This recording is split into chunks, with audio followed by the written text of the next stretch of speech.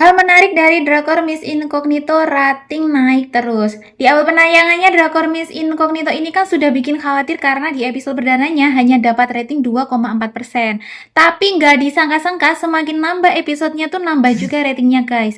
Kemarin yang episode 4 mendapatkan rating 5,1%. Jadi nggak heran nih kalau semakin kesini drama ini tuh semakin banyak dibicarakan, bahkan para penonton seperti aku nih nggak sabar banget buat nunggu episode selanjutnya.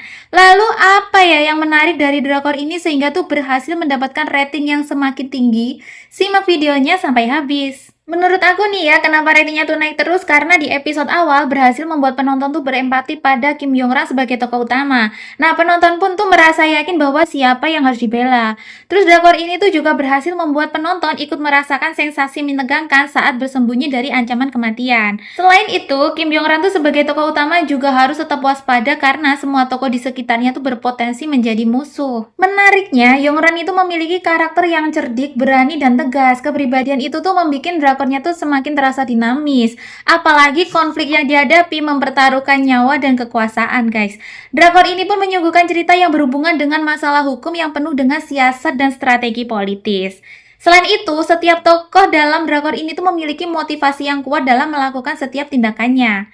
Dan yang terakhir adalah drakor ini tuh juga berhasil menampilkan suasana yang mencekam sekaligus nuansa healing di pedesaan. Berbagai premis yang ditampilkan di episode awal Miss Incognito memang berhasil menyita perhatian para penonton. Taktik yang dilakukan setiap karakter pun tuh menambah ketegangan dan keseruan di setiap episodenya. Gak heran drakor ini pun semakin menyita perhatian dan dibuktikan dengan rating yang terus menanjak. Apakah nih ya Miss Incognito ini akan mampu mempertahankan kenaikan rating tersebut? Temukan jawabannya di Miss Incognito yang tayang setiap Senin dan Selasa ya guys. Nah, buat yang bingung mau nonton drakor apa dan suka gibahin isi drakor, kalian tuh bisa banget subscribe channel aku biar nggak ketinggalan video-video yang lainnya.